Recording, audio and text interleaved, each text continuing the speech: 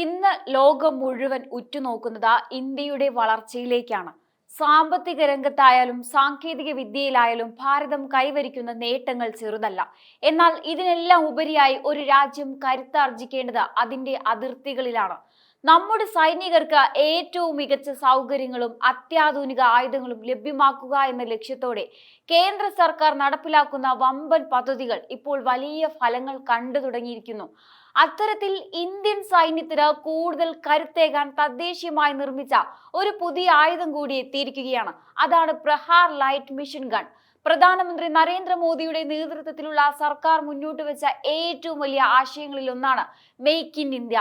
ആയുധങ്ങൾക്കായി വിദേശ രാജ്യങ്ങളെ ആശ്രയിക്കുന്ന രീതി അവസാനിപ്പിച്ച് നമ്മുടെ രാജ്യത്ത് തന്നെ മികച്ച പ്രതിരോധ ഉപകരണങ്ങൾ നിർമ്മിക്കുക എന്നതാണ് ഇതിന്റെ ലക്ഷ്യം. ഈ ലക്ഷ്യത്തിലേക്കുള്ള ഒരു വലിയ ചുവടുവെപ്പാണ് ഇപ്പോൾ നടന്നിരിക്കുന്നത്. ഗ്വാളിയോറിലെ അദാനി സ്മോൾ ആർംസ് കോംപ്ലക്സിൽ വെച്ച് നടന്ന ചടങ്ങിൽ 2000 പ്രഹാർ LMG-കളുടെ ആദ്യ ബാച്ച് ഇന്ത്യൻ സൈന്യത്തിന് ഔദ്യോഗികമായി കൈമാറി. ഇതിന്റെ ഏറ്റവും വലിയ പ്രത്യേകത എന്താണെന്ന് വെച്ചാൽ, നിശ്ചയിച്ചിരിക്കുന്ന സമയത്തിനും ഏകദേശം 11 മാസം മുമ്പേ ഈ ആയുധങ്ങൾ സൈന്യത്തിന് എത്തിക്കാൻ സാധിച്ചു എന്നതാണ്. ഇത് നമ്മുടെ രാജ്യത്തെ നിർമ്മാണ മേഖലയുടെയും അദാനി ഡിഫൻസ് ഗ്രൂപ്പിന്റെയും കാര്യക്ഷമതയാണ് തെളിയിക്കുന്നത്.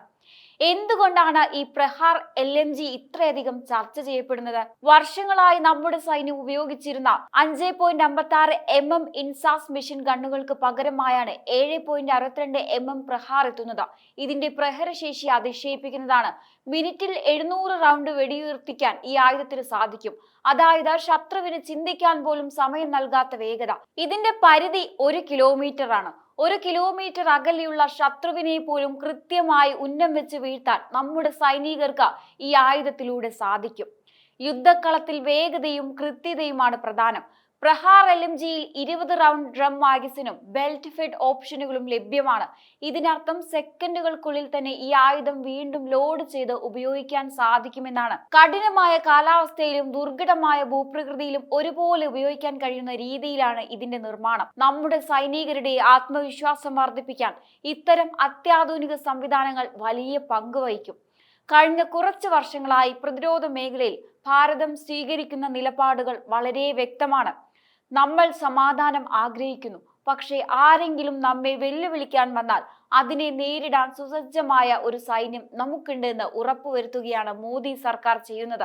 അടുത്ത 7 വർഷത്തിനുള്ളിൽ ഏകദേശം 41,000 LMG-കൾ സൈന്യത്തിന് ലഭ്യമാക്കാനാണ് ലക്ഷ്യമിടുന്നത്.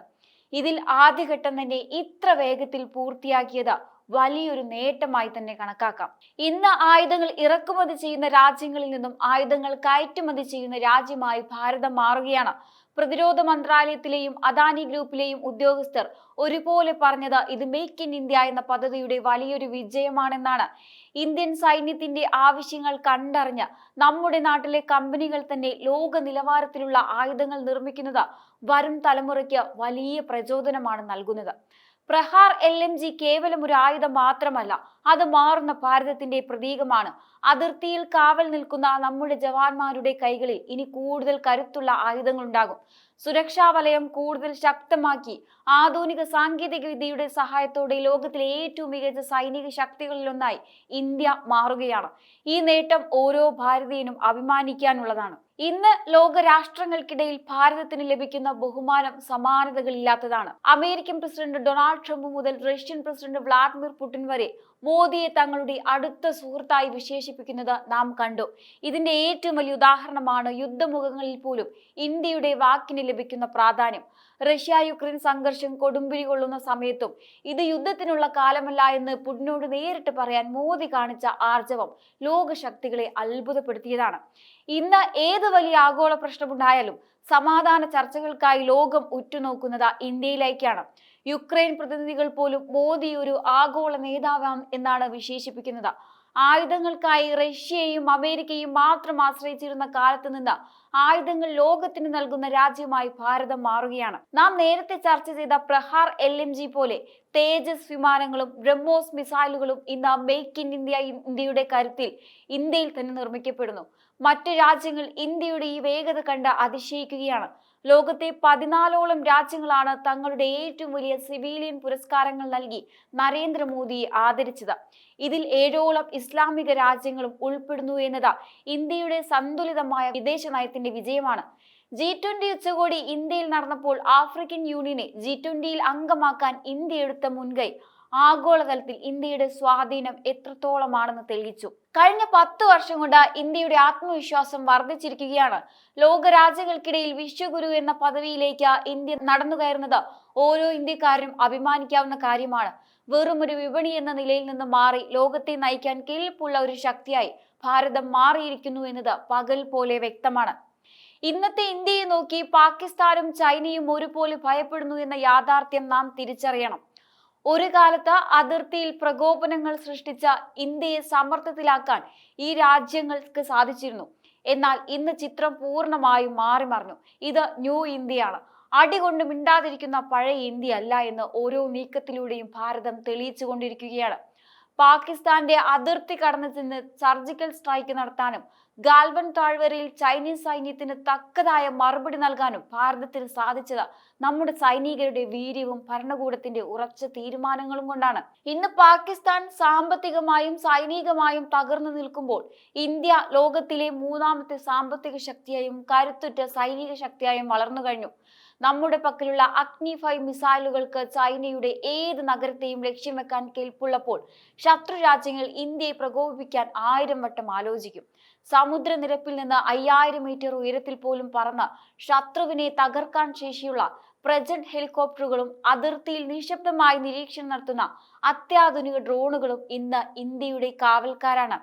ചൈനയുടെ സാങ്കേതിക വിദ്യയെ വെല്ലുവിളിക്കുന്ന തരത്തിൽ സ്വന്തമായി വികസിപ്പിച്ചെടുത്ത മിസൈൽ പ്രതിരോധ സംവിധാനങ്ങളും യുദ്ധക്കപ്പലുകളും ഇന്ന് ഇന്ത്യക്കുണ്ട്.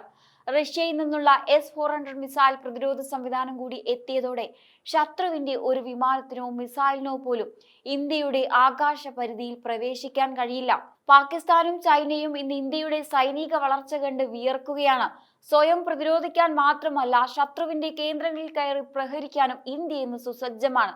ഭാരതത്തിന്റെ ഈ പുതിയ മുഖം ലോകത്തിനു മുന്നിൽ നമ്മുടെ അഭിമാനം ഉയർത്തുകയാണ്. മുമ്പ് ചെറിയ സ്പെയർ പാർട്സുകൾക്ക് പോലും വിദേശ രാജ്യങ്ങളെ ആശ്രയിച്ചിരുന്ന ഇന്ത്യ ഇന്ന് അത്യാധുനിക യുദ്ധ കപ്പലുകളും വിമാനവാഹിനി കപ്പലുകളുമായ INS വിക്രാന്തും മറ്റും തദ്ദേശീയമായി നിർമ്മിക്കുകയാണ്. തേജസ് യുദ്ധവിമാനങ്ങൾ ഇന്ന് ലോകരാജ്യങ്ങൾ വാങ്ങാൻ ക്യൂ നിൽക്കുകയാണ്. ഇത് ഇന്ത്യയുടെ സാങ്കേതികമായ വളർച്ചയാണ് കാണിക്കുന്നത്. ആയുധങ്ങൾക്കപ്പുറം അത് പ്രയോഗിക്കാനുള്ള ആർജവം ഭരണകൂടം കാണിക്കുന്നു എന്നതാണ് വലിയ മാറ്റം. സർജിക്കൽ സ്ട്രൈക്കും ബാലാക്കോട്ട് വ്യോമാക്രമണവും വഴി അതിർത്തി കടന്നും ഞങ്ങൾ ആക്രമിക്കുമെന്ന ശക്തമായ മുന്നറിയിപ്പ് ഇന്ത്യ ശത്രുക്കൾക്ക് നൽകി കഴിഞ്ഞു. ശത്രുരാജ്യങ്ങൾ ഇന്ന് ഇന്ത്യയെ പ്രകോപിപ്പിക്കാൻ 10 വട്ടം ആലോചിക്കുന്നത് അതുകൊണ്ട് മാത്രമാണ്. ഈ വീഡിയോയുടെ അവസാന ഭാഗത്തേക്ക് കടക്കുമ്പോൾ നാം മനസ്സിലാക്കേണ്ടത് ഭാരതം ഇന്ന് കേവലം ആയുധങ്ങൾ വാങ്ങിക്കൂട്ടുന്ന ഒരു രാജ്യമല്ല, മറിച്ച് സ്വന്തം ആവശ്യങ്ങൾ സ്വയം നിറവേറ്റാൻ കെൽപ്പുള്ള ഒരു ആഗോള ശക്തിയായി മാറിക്കഴിഞ്ഞു എന്നതാണ്. പതിറ്റാണ്ടുകളായി വിദേശ രാജ്യങ്ങളിൽ നിന്നുള്ള ഇറക്കുമതിയെ മാത്രം ആശ്രയിച്ചിരുന്ന ഒരു കാലഘട്ടത്തിൽ നിന്നും നമ്മുടെ മണ്ണിൽ നമ്മുടെ സാങ്കേതിക വിദ്യ ഉപയോഗിച്ച് അത്യാധുനിക യുദ്ധോപകരണങ്ങൾ നിർമ്മിക്കുന്ന ഈ മാറ്റം ചരിത്രപരമായ ഒന്നാണ്. പ്രതിരോധ മേഖലയിൽ കൈവരിച്ച ഈ സ്വയം പര്യാപ്തത അതിർത്തിയിലെ ഓരോ സൈനികന്റെയും ആത്മവിശ്വാസം വർദ്ധിപ്പിക്കുകയാണ്. ശത്രുവിന്റെ ഏത് നീക്കത്തെയും നിഷ്പ്രഭമാക്കാൻ തക്കവണ്ണമുള്ള പ്രഹരശേഷി ഇപ്പോൾ നമ്മുടെ സൈന്യത്തിന് സ്വന്തമാണ്. ഇത് കേവലം സൈനികമായ ഒരു നേട്ടം മാത്രമല്ല, മറിച്ച് വരും തലമുറയിലെ എഞ്ചിനീയർമാർക്കും സാങ്കേതിക വിദഗ്ധർക്കും നമ്മുടെ രാജ്യത്ത് തന്നെ ലോക നിലവാരത്തിലുള്ള ഉൽപ്പന്നങ്ങൾ നിർമ്മിക്കാൻ കഴിയുമെന്ന വലിയൊരു സന്ദേശം കൂടിയാണ് നൽകുന്നത്. ശക്തമായ രാഷ്ട്രീയ ഇച്ഛാശക്തിയും കൃത്യമായ ആസൂത്രണവും ഒത്തുചേരുമ്പോൾ പ്രതിരോധ രംഗത്ത് ഭാരതം കൈവരിക്കാൻ പോകുന്ന വലിയ കുതിച്ചുചാട്ടങ്ങളുടെ ഒരു തുടക്കം മാത്രമാണിത്. ലോകത്തിനു മുന്നിൽ തല ഉയർത്തി നിൽക്കുന്ന, ആരെയും ഭയക്കാത്ത, എന്നാൽ സമാധാനത്തിന് മുൻഗണന നൽകുന്ന ഒരു നവഭാരതത്തിന്റെ കരുത്തിനായി ഈ ആയുധങ്ങൾ മാറുമെന്നതിൽ തർക്കമില്ല. നമ്മുടെ സുരക്ഷാ സംവിധാനങ്ങൾ കൂടുതൽ ആധുനികമാകുന്നതോടെ ഇന്ത്യയുടെ അതിർത്തികൾ എന്നത്തേക്കാളും സുരക്ഷിതമായി തുടരുമെന്ന് നമുക്ക് ഉറച്ചു വിശ്വസിക്കാം. എന്തായാലും ഈ ഒരു വിഷയത്തെക്കുറിച്ചുള്ള നിങ്ങളുടെ അഭിപ്രായങ്ങൾ കമന്റ് ബോക്സിൽ രേഖപ്പെടുത്തുക. മറ്റൊരു വിഷയവുമായി വീണ്ടും കാണാം. നന്ദി.